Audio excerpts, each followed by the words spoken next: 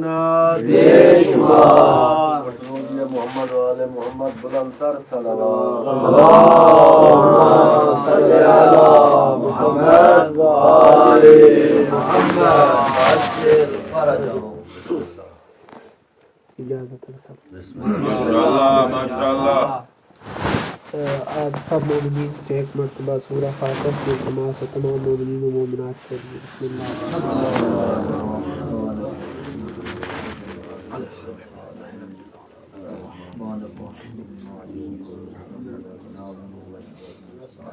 بسم اللہ الرحمن الرحیم بسم اللہ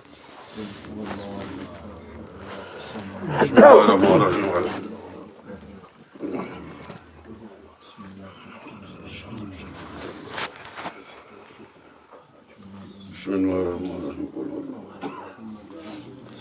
تمام مومنین و مومنات کے لیے ان کے اصال ثواب کے لیے ایک مرتبہ بآواز بلند صلوات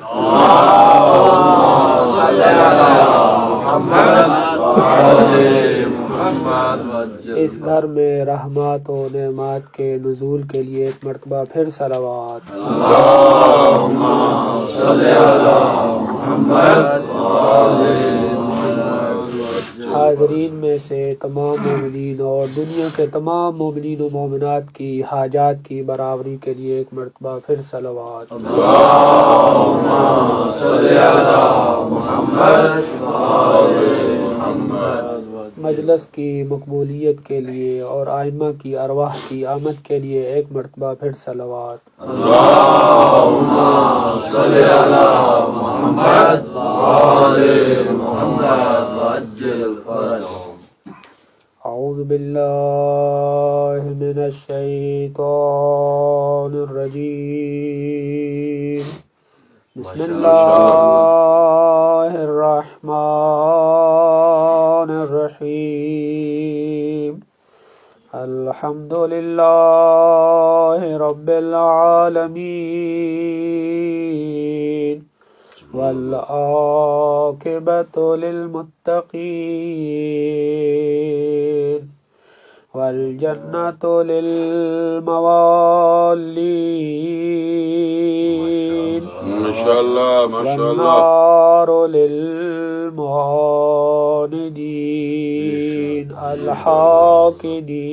الحاقدین من یوم عداوتهم الى یوم الدین و الى ابد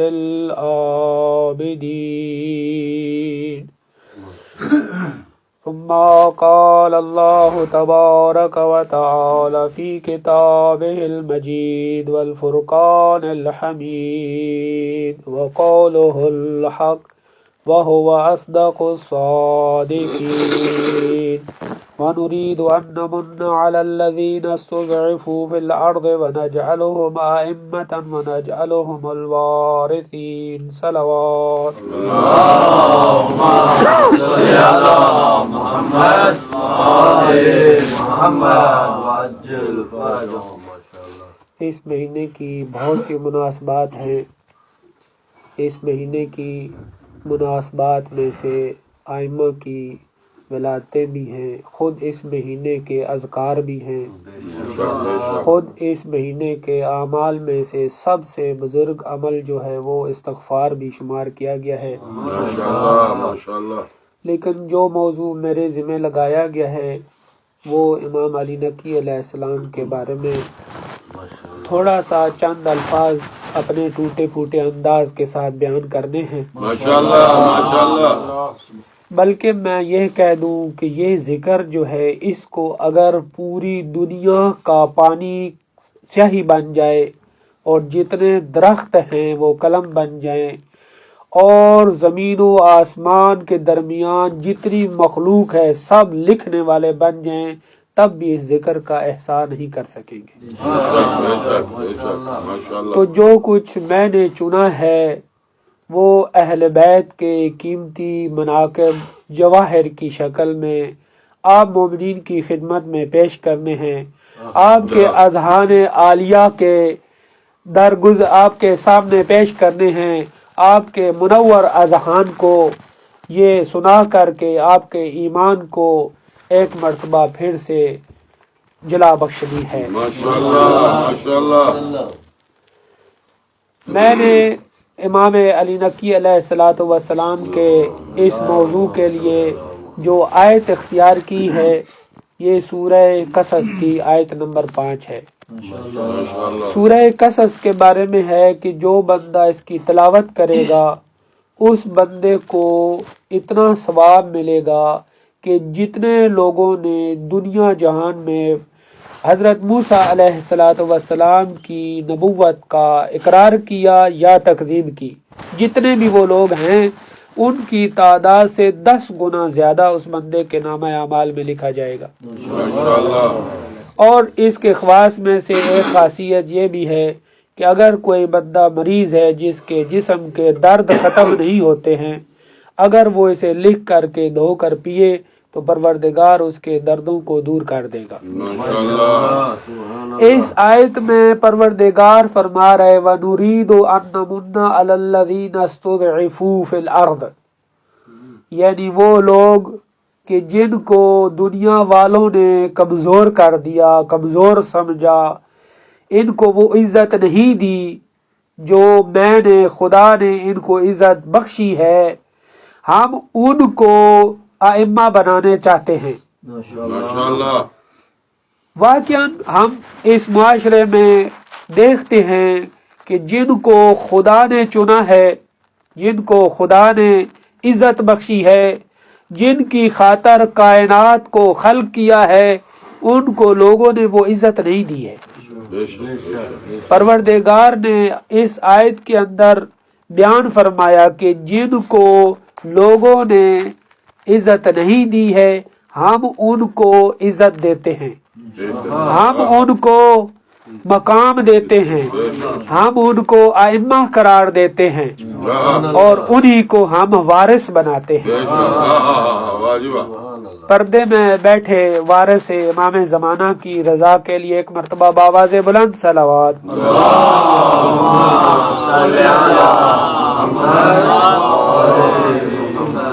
اسی ضمن میں امام علی نقی علیہ السلام کی زندگی کے چند جواہر جو میں نے چنے ہیں، ان میں سے متوکل عباسی جو ہے یہ بہت بڑا ظالم تھا۔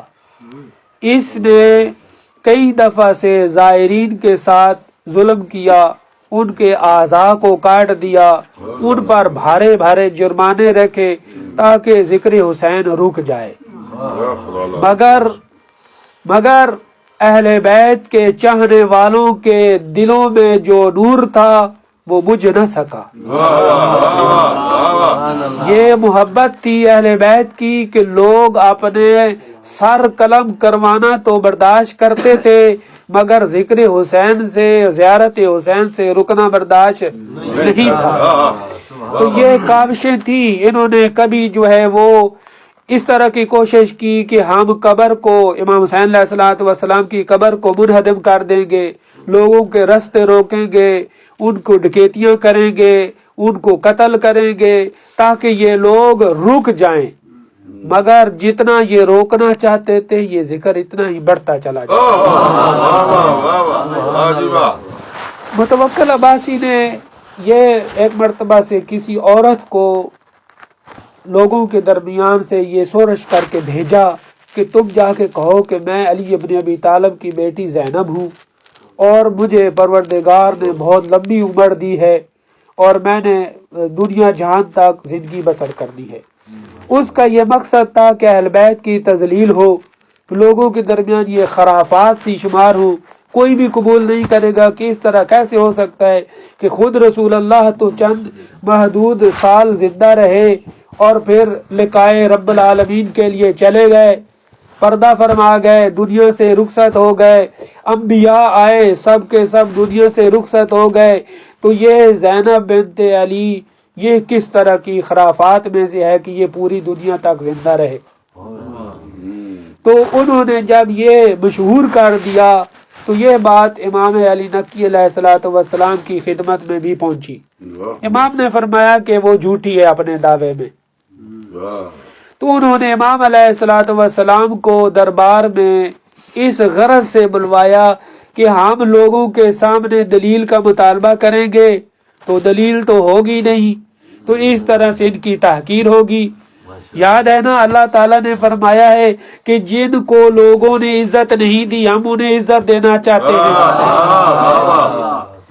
تو یہاں پر امام علیہ الصلوۃ والسلام کے سامنے وہ عورت دعویٰ کرتی ہے کہ میں امام علی ابن ابی طالب کی بیٹی زینب ہی ہوں۔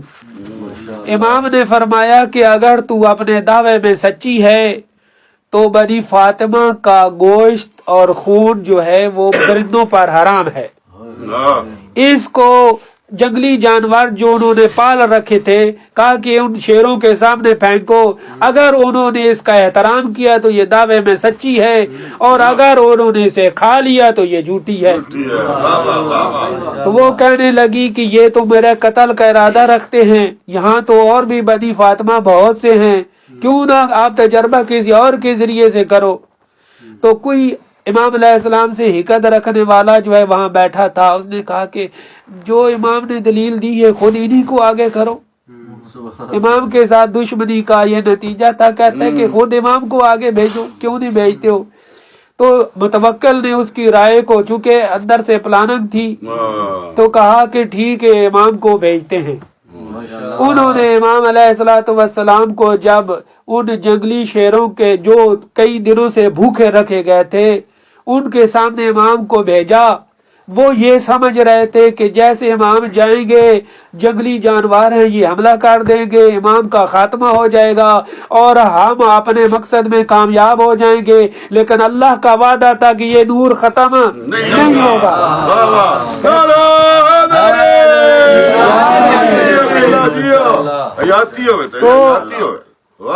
امام علیہ السلام جیسے ہی اس زندان میں جس میں انہوں نے اپنے وہ جنگلی شیر رکھے ہوئے تھے وہاں پر تشریف لے کر گئے تو سارے شیر اپنے اپنی جگہ پر کھڑے ہو گئے، ایسے لگ رہا تھا کہ یہ بھی امام کو پہچانتے ہیں، اور امام کے سامنے سر تسلیم خم کر کے اپنے سر کے ساتھ کرنا و اشارہ کر کے سلام کر رہے تھے، اور امام کی خدمت میں ان میں سے ایک بڑا شیر آگے آیا، امام نے اس کے سر پر ہاتھ پھیرا، وہ امام کے قدم بوسی کرتے ہوئے کچھ الفاظ میں گنگنایا، تو لوگوں نے بھی حیرت سے دیکھا کہ یہ کیا ماجرا ہو گیا ہے۔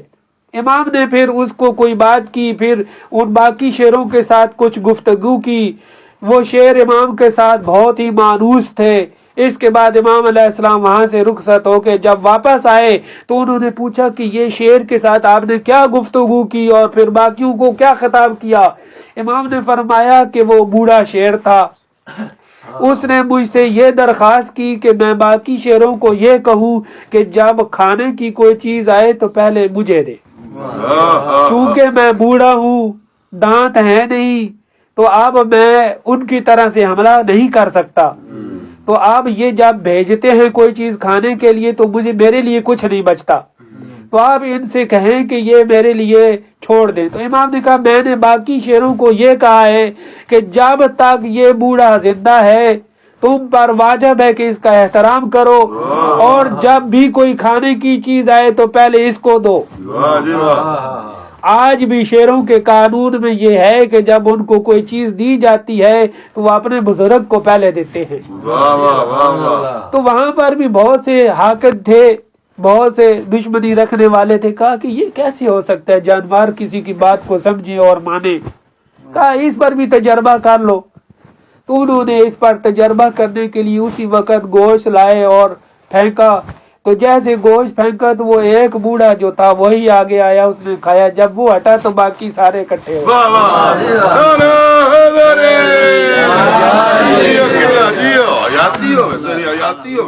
اسی طرح سے ایک اور واقعہ، انہوں نے کوشش کی کہ امام کی تذلیل کی جائے لیکن اللہ نے چاہا کہ امام کو عزت دی جائے۔ انہوں نے ایک جادوگر کو اکٹھا کیا، جادوگر کو بلوایا کہ ہم چاہتے ہیں کہ لوگوں کے درمیان امام کا مسخرہ ہو، لوگوں میں امام کی تحقیر ہو۔ انہوں نے جب کھانے کا اہتمام کیا اس جادوگر کے مشورے پر کہ جیسے ہی کھانا لگا، دسترخوان لگا، تو اس نے امام علیہ السلام کے پاس بیٹھ کر کے اپنا جو جادو منتر اس کا تھا وہ شروع کر دیا۔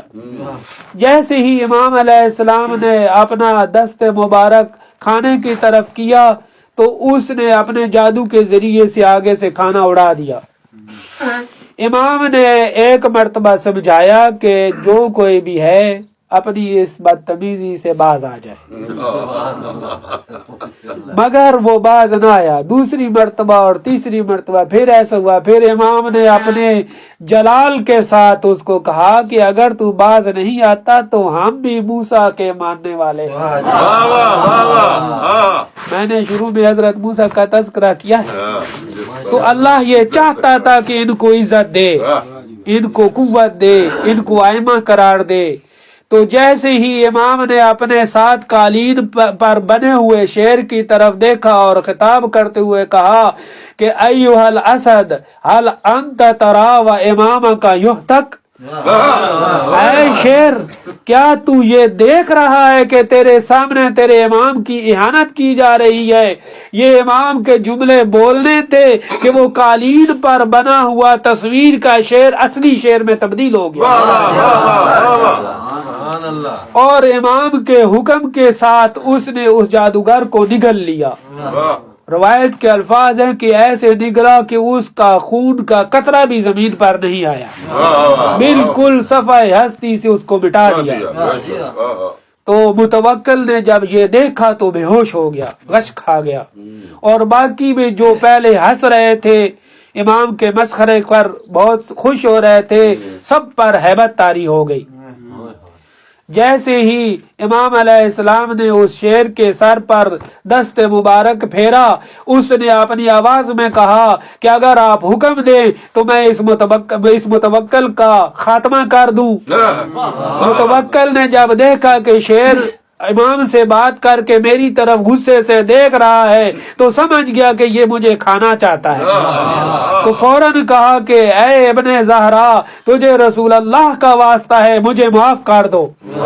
تو امام نے اس کو شیر کو حکم دیا کہ اپنی جگہ پر واپس بیٹھ جا، تو وہ پھر قالین کا جو شیر تصویر والا تھا وہی واپس ہو گیا۔ متوکل نے کہا کہ اے مولا، اے امام، اے اولاد زہرا، اے فرزند رسول، لطف فرمائیں۔ ایک مرتبہ صلوات پڑھ لیں۔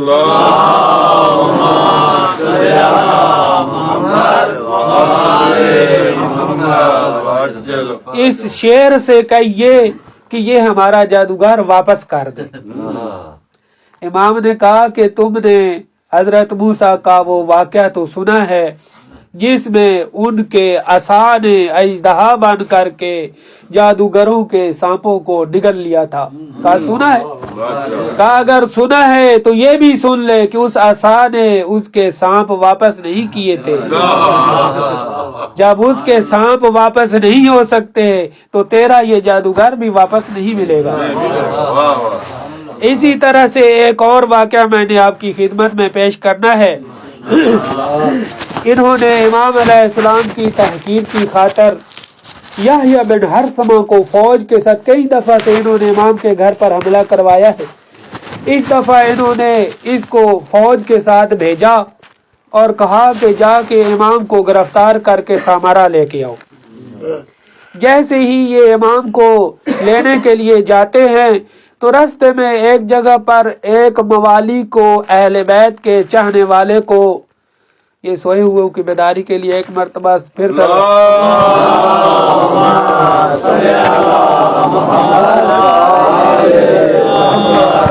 نعرہ تکبیر، نعرہ رسالت، نعرہ رسالت، نعرہ حیدری، دونوں ہاتھ بلند کر کے نعرہ حیدری۔ ماشاءاللہ، اللہ تعالیٰ سلامت رکھے۔ تو جب یہ اس موالی کے ساتھ مسخرہ کر رہے تھے کہ سنا ہے تیرے امام نے یہ کہا تھا کہ ہر جگہ پر کوئی نہ کوئی قبر ہوگی، کہا اگر امام نے فرمایا ہے تو یہ حق ہے، ایسا ہی ہوگا، واہ واہ واہ واہ، امام کا قول حق ہوتا ہے۔ بے شک، کہا کہ پھر بتا اس جگہ پر، یہ جنگل میں صحرا میں جہاں کوئی آبادی دور دور تک کوئی لوگ ہی نہیں ہیں، تو یہاں پر کس کی قبر ہوگی؟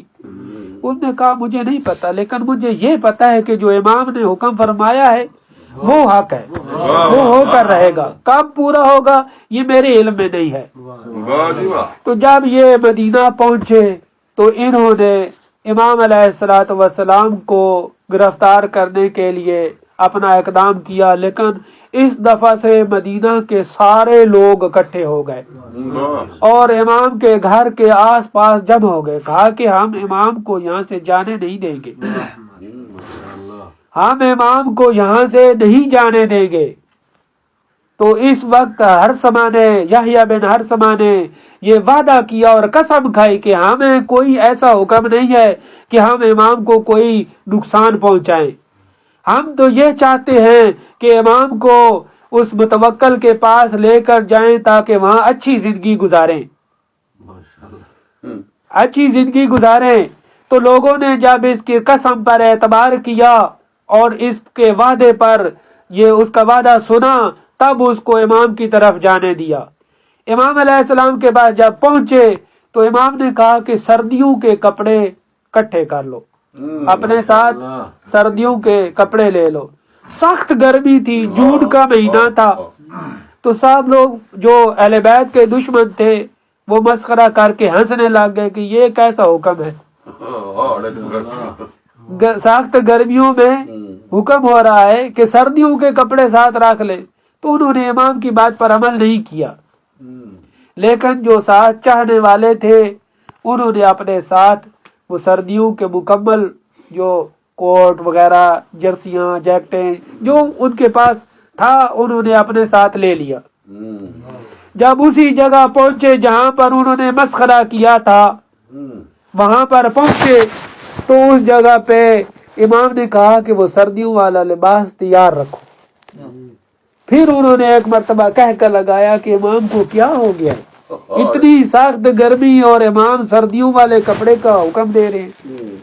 اسی اثناء میں ایک تیز آندھی چلی اور بہت شدید بارش ہوئی، ایسی بارش ہوئی کہ جس میں برف باری کے ساتھ ہر چیز جو ہے جمنا شروع ہو گئی۔ اللہ اکبر، ایسی سردی وہ کہتے ہیں کہ ہم نے پہلے کبھی نہ دیکھی تھی۔ اس صورت میں جو چاہنے والے تھے انہوں نے تو اہتمام کیا ہوا تھا، حکم پر عمل کیا تھا، تو وہ لوگ بچ گئے، اور جنہوں نے امام کا مسخرہ کیا تھا اور امام کے حکم کو ایسے ہی جھوٹا حکم سمجھا تھا، جنہوں نے عمل نہیں کیا تھا وہ خسارے میں اور وہیں پر برباد ہو گئے، مر گئے۔ مر گیا، امام نے حکم دیا یحییٰ بن ہرثمہ کو کہ اپنے ان لوگوں کو اس جگہ دفن کر دو۔ واہ جی واہ، وہاں پر ان کی تجہیز و تکفین ہوئی۔ پھر امام نے کہا کہ یہ ہے وہ علی ابن ابی طالب کا حکم کہ جو انہوں نے فرمایا تھا کہ کوئی زمین بھی قبور سے خالی نہ ہوگی۔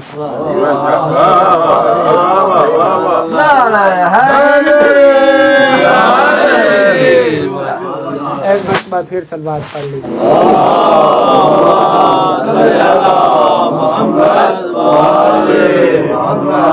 آپ کی محبت کو دیکھ کر میرا دل کر رہا ہے کہ آپ کو ایک اور واقعہ سناؤں۔ ایک اہل بیت کے ساتھ عناد رکھنے والا شخص تھا جس کا نام تاریخ نے عبد الرحمن ذکر کیا ہے۔ عبد الرحمن یہ تھوڑا مختلف قسم کا بندہ تھا، یعنی سخت قسم کا بندہ تھا، اہل بیت کے ساتھ دشمنی رکھتا تھا یہ، لیکن اسے پتہ نہیں تھا کہ اہل بیت ہیں کون۔ ایسی بس سنی سنائی پر کچھ لوگ ہوتے ہیں، سنی سنائی پر ہی دشمنی لگا لیتے ہیں، جیسے وہ ان سے سنتے تھے اسی کی تقلید میں بس جس طرح سنا ہے اسی پر لگے رہتے تھے۔ ایک مرتبہ اس کو کسی جرم میں قید کر کے لایا گیا تو یہ بھی دروازے زندان کے پاس کھڑا ہوا تھا۔ عدالتوں کے دروازوں پر وہ جب حکم آتا ہے نا کہ اس مجرم کو آگے بھیجا جائے تو وہاں پر جس طرح انتظار ہو رہی ہوتی ہے اسی طرح یہ بھی ایک انتظار میں تھا کہ کب اس کو بلایا جائے گا اور اس کے جرم پر اس کی سزا ہوگی۔ اسی اثناء میں یہ حکم دیا گیا کہ علی ابن محمد تقی الہادی کو پیش کیا جائے. امام علی نقی علیہ السلام کو وہاں پر پیش کرنے کا حکم ہوا. تو امام وہ سوچنے لگ گیا عبد الرحمن کہ یہ کون بندہ ہے اور اس کا کیا جرم ہے اور اسے کیا سزا ہوگی. اس نے اپنے ساتھ کھڑے ہوئے لوگوں سے پوچھا کہ ذرا یہ بتاؤ کہ یہ جس کو ابھی بلایا ہے یہ بندہ کون ہے. انہوں نے بتایا کہ یہ علی ابن ابی طالب کی اولاد میں سے ہے. شیعہ رافضی اسے اپنا 10واں امام مانتے ہیں اور اس کا جرم یہ ہے کہ یہ حق کی باتیں کرتا ہے. کہتا ہے کہ جب میں نے یہ بات سنی کہ یہ حق کی باتیں بتاتا ہے، دین کی باتیں بتاتا ہے، تو میرے دل میں ایک اثر سا ہوا. میرے دل میں خواہش پیدا ہوئی کہ میں اس امام کی زیارت کروں گا، میں چاہتا ہوں کہ اسے دیکھوں. میرے اندر شوق پیدا ہوا کہ میں بھی ان کا دیدار کروں. تو اسی اثنا میں امام علیہ السلام کو لایا گیا. لوگ ان کے احترام کے لیے جب یہ کہا گیا تھا نا کہ ان کا کوئی احترام نہیں کرے گا، کوئی بھی ان کے لیے نہیں کھڑا ہوگا، جن کے لیے خدا نے ایسی آندھی کو بھیجا کہ پردے خود بخود اٹھ گئے. جن کو خدا عزت دینا چاہتا ہے، وہ جو مسندوں پر بیٹھے ہوئے تھے، جن کی سازش یہ تھی کہ علی ہادی کے لیے کوئی کھڑا نہیں ہوگا، ایسے لگتا تھا کہ گربانوں سے پکڑ کر کے کھڑا کر دیا.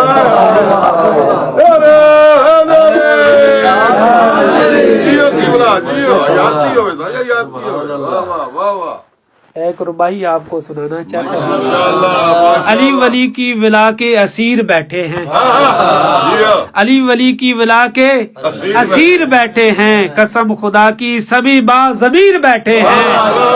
بنی تھی 13 رجب ایک لکیر کعبے میں، اسی لکیر کے سارے فقیر بیٹھے ہیں.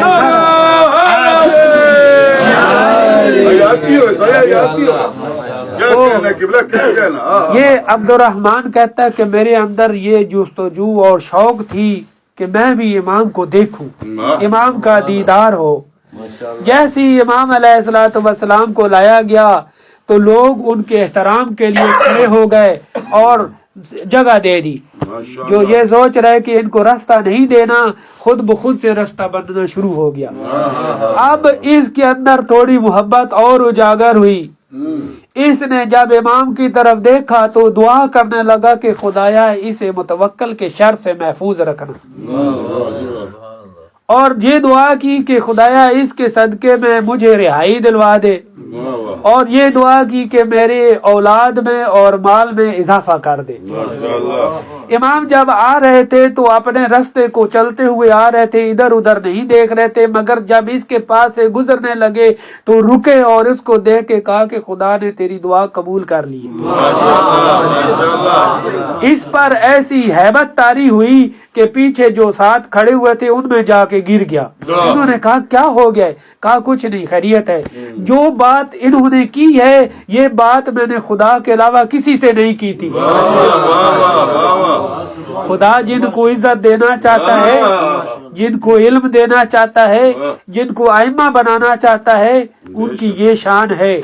اور جب یہ واپس جاتا ہے تو خداوند عالم اسے 10 بیٹوں سے نوازتا ہے اور دنیا سے اس کا مال بہت زیادہ ہو جاتا ہے. اور یہ 1,000 درہم اور سونے کے دینار جو ہے اس وقت جو بہت بڑی کرنسی شمار ہوتی تھی، اس کے پاس اتنا بڑا مال ہوا کرتا تھا. اور یہ خوشی کے ساتھ امام علی نقی کی خدمت میں ہدیے بھی بھیجتا تھا اور ان کے چاہنے والوں کی مدد بھی کرتا تھا، اور بلند آواز میں بغیر کسی ڈر کے، خوف کے، جرأت سے کہتا تھا کہ میں علی ہادی کا چاہنے والا ہوں. یہ خدا نے منزلت دی ہے اہل بیت کو. لوگ یہ چاہتے تھے کہ ان کی اس منزلت سے ان کو یہ منزلت جو خدا نے دی ہے، یہ عزت جو خدا نے دی ہے، یہ ان سے چھن جائے. یہ ان کا عزت اور یہ وقار اس میں دنیا میں لوگوں میں باقی نہ رہے. اسی طرح سے ایک مرتبہ سے متوکل نے امام کے گھر پر حملہ کروایا. تاریخ کہتی ہے کہ یہ فوجی دیوار پھلانگ کر کے گھر میں داخل ہوئے. امام نے کہا کہ شرم کرو، اس گھر میں پردہ دار ہیں، اس گھر میں محرم ہیں، اس گھر میں عزت والی خواتین ہیں. عزادارو، انہوں نے امام کو رسیوں میں جکڑ لیا. عزادارو، امام جو قرآن کی تلاوت کر رہے تھے، جو اپنے دین